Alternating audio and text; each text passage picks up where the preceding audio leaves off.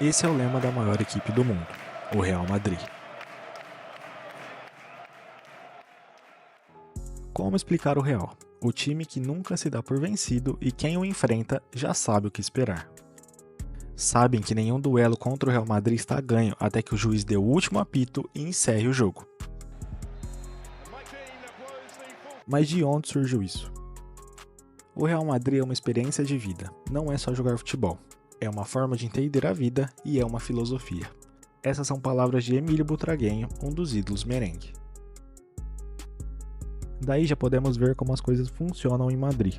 Um jogador que não tem uma mentalidade forte e vencedora para aguentar a pressão da excelência, dificilmente dará certo no Real. Afinal, o Real exige glórias. O clube está acostumado a vencer, e esse legado é passado pelos jogadores mais experientes a todos que chegam no time. Um ciclo que parece não ter fim e ainda hoje podemos ver isso com clareza. Uma coisa é fato, quando o Real Madrid traça um objetivo, não para até conseguir. Champions League. Não tem como falar de Champions sem falar de Real Madrid, o primeiro e maior campeão da Liga dos Campeões. E isso começa com a chegada de Alfredo Di Stéfano na Espanha.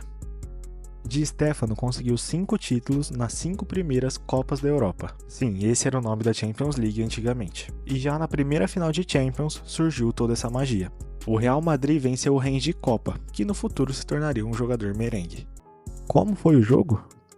O Real estava perdendo de 2-0, e bom, acho que foi aí que tudo começou mesmo. O time das remontadas, o time que nunca morre e nunca se dá por vencido. Em um jogo de 7 gols, sim, foi 4-3, e após uma virada histórica, o Real Madrid se tornou o primeiro campeão da Europa e deu início a todo o legado que conhecemos hoje. A mentalidade de vencer está em toda a história do Real. Mesmo perdendo uma partida fora de casa, sabe que ainda vai ter uma partida no Santiago Bernabéu. 90 minutos no Bernabéu são muito longos. Palavras de Juanito Gomes que o Vini voltou a repetir na Champions de 2024 e bom, a gente já sabe como que terminou. Mas mantendo nos tempos atuais, a Champions de 21-22 teve essa marca merengue e nos lembrou de tudo isso, trazendo essa mística para as novas gerações. O Real se mostrou novamente ser o time mais difícil a ser batido no mundo. Até em jogos que não era o favorito, o Real Madrid não se importava, ia lá e vencia. Em toda a fase de mata-mata foi assim, um time que nunca está morto e conseguiu classificações quando já parecia impossível, contra PSG, Chelsea e Manchester City. O brasileiro Rodrigo, sim, o Raio entrou para a história do Real Madrid nesses mata-matas. E são por jogadores como Rodrigo, decisivos e que não pensam em outra coisa a não ser vencer, que o Real Madrid é o que é. Entre tantas viradas históricas, títulos e elencos galácticos, temos alguns nomes marcantes. Butragueño, Paco Gento, Puskás, Alfredo Di Stéfano, Raul, Benzema, Hierro, Sérgio Ramos e obviamente ele, Cristiano Ronaldo, marcaram gerações e serão lembrados para sempre. Mas vamos continuar só no século XXI. São 7 títulos de Champions só nesse século e ainda estamos em 2024. Para ter uma noção maior disso, essa é a quantidade que o Milan, o segundo maior campeão da liga, tem. Mas o primeiro título do século veio na temporada 2001-2002 contra o Bayer Leverkusen em Glasgow, na Escócia. O Real saiu ganhando o jogo, com gol de Raul aos 8 minutos, mas assim estava parecendo muito fácil. Então, Lúcio, sim, o nosso capitão da Copa de 2010 deixou tudo igual. 1-1 na final, até que Zidane fez o que fez. Marcou aquele gol que deve ser o gol mais bonito da história da Champions. E assim começamos o século. O Real Madrid conquistava mais uma Champions e começava a formar os Galácticos. Todos esperavam que o Real Madrid iria manter a sua dinastia, afinal eram os Galácticos e um time que já está acostumado a vencer.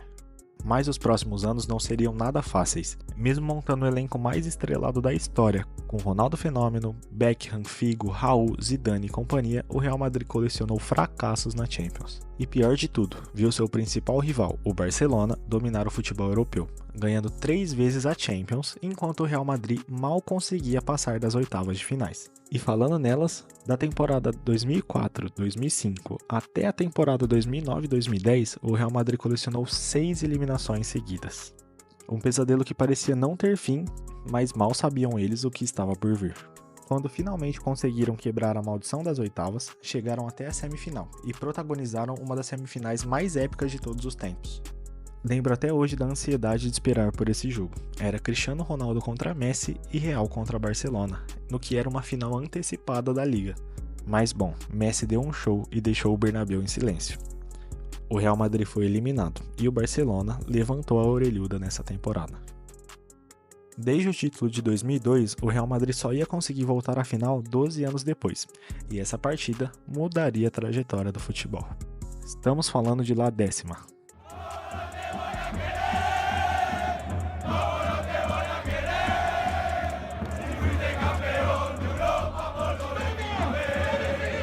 Como eu não vou te amar se você foi campeão da Europa pela 10ª vez?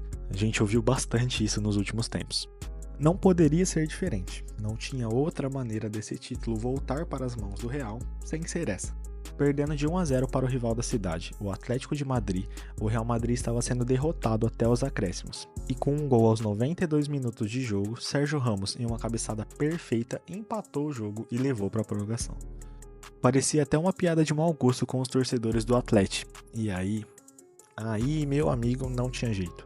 O Real Madrid, como um tubarão que sente o cheiro de sangue do seu rival, não perdoou e venceu o jogo na prorrogação, fazendo parecer ser fácil. 4-1 e La Décima, a mais aguardada de todas, finalmente era do Real Madrid. Desde então, a base do elenco foi formada e fortalecida. A frase de Di Stéfano, que está nos corredores do Bernabéu, "Nenhum jogador é melhor que todos juntos", faz cada dia mais sentido. Essa mentalidade vencedora está até hoje no vestiário. O nível de cobrança é alto no Real Madrid. Já vimos jogadores renomados chegarem a Madrid e não conseguirem jogar. Inclusive, a contratação mais cara da história do Real Madrid praticamente nunca será lembrado. Eden Hazard não foi nem a sombra do que já foi um dia, mas mesmo assim saiu de lá como campeão da Europa. O Real exige excelência, exige que seus jogadores sejam líderes e naturalmente vencedores. E se não forem, ali não é o lugar deles. Foram 4 títulos em 5 anos, um feito que parece até ser impossível e que só outro elenco conseguiu algo parecido, o próprio Real Madrid de 1955 a 1960, com 5 títulos consecutivos. Atualmente o Real Madrid conta com jovens jogadores em seu elenco, além dos pilares desta era. Vini Júnior e Rodrigo, apesar de serem tão novos, parecem ter a experiência de 50 anos dentro do maior clube do mundo. Não sentem nenhuma pressão, parecem ser feitos de gelo, são vencedores sem precisar de muito esforço, o mais puro estado de Real Madrid. Fazem com que uma noite de Champions em Anfield ou no Bernabéu seja apenas mais um jogo, como se estivessem jogando no recreio da escola. E assim, juntos com Karim, Modric e Kroos, conquistaram o 14º título. Esse legado realmente parece nunca ter fim. A camisa mais pesada do mundo não cansa de vencer, faz investimentos e se moderniza cada vez mais para continuar dominando o futebol. O novo Santiago Bernabéu e contratações como a de Bellingham mostram isso claramente. Mas nem só de jogadores com essa fama ou esse talento vive essa história. A 15ª Champions teve um roteiro parecido, com um herói diferente. Dessa vez foi Joselu. Com a saída de Benzema, o Real optou por esperar Mbappé e foi atrás de uma solução fora dos padrões Madrid. Joselu foi contratado por empréstimo junto ao Espanhol, time que foi rebaixado para a 2ª divisão quando Joselu lá estava. E foi o pé direito dele que classificou o Real Madrid para a final em Wembley, após em minutos virar uma partida contra o Bayern de Munique em pleno Santiago Bernabéu. Os gols saíram aos 88 e aos 91 minutos de jogo, e mais uma vez o Real estaria na final após uma remontada que parecia impossível. E olha como a vida é doida, né?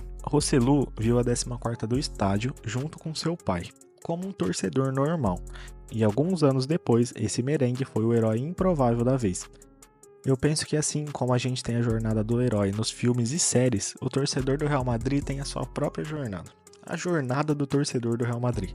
Afinal, já estão acostumados com essa doideira.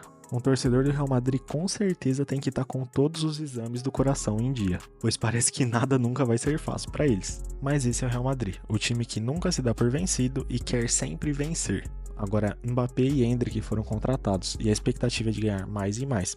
Afinal, o maior clube do mundo deve permanecer no topo.